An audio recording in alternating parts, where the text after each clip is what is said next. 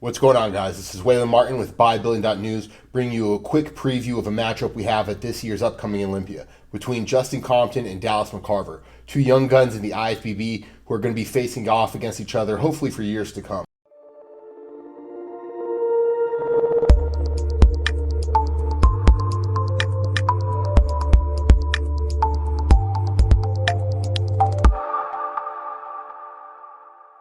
This matchup initially sparked my interest when a photo of the two at an expo popped up. Both professional champions, Olympia qualified already, and they're at the highest tier possible for the sport. The key difference between these two are the details. And so when we're judging them with the most critical of eyes. Keep in mind, this is the 0.1%.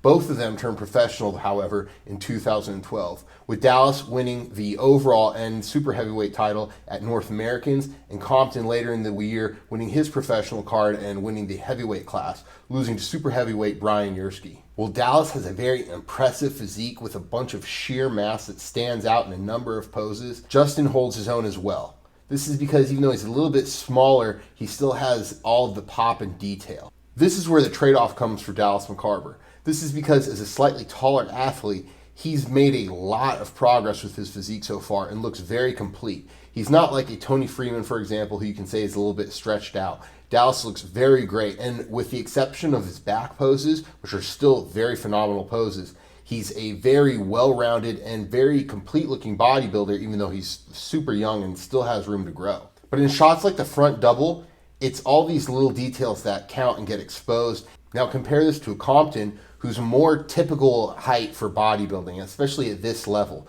because he has a big enough frame that he doesn't look short or like a dwarf. However, he definitely is able to hold a ton of mass, and it's very aesthetic nonetheless. And all the muscle has no place to go but out at this point. And with his narrow joints, the cartoonish look just gets more and more impressive. The quad sweep on Compton is just a little bit broader. The ratios are a little bit more impressive. The details a little bit more there. Same thing goes for the arms. The ratios are a little bit better. The details, he's a little bit harder, a little bit more separated, a little bit more definition. And then the waistline.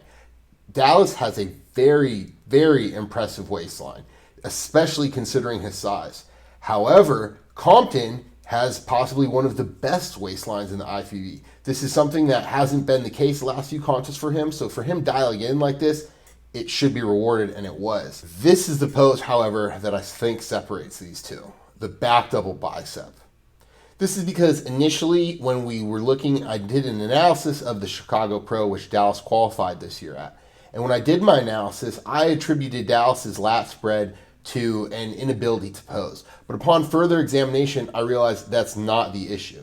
He simply doesn't have as good of a back as a guy like Compton does, which is maybe unexpected because when you look at videos like his deadlift, which is super impressive, you would expect him to have a ton of mass, which he does. He has a very wide and thick back, but he doesn't have the best ratios per se, especially aesthetically, and that's what bodybuilding is about. Again, these are the top 0.1% here, so we're being hypercritical, and his back looks awesome. But compared to and standing next to a guy like Compton, the details start to get exposed because Compton has them where Dallas lacks them.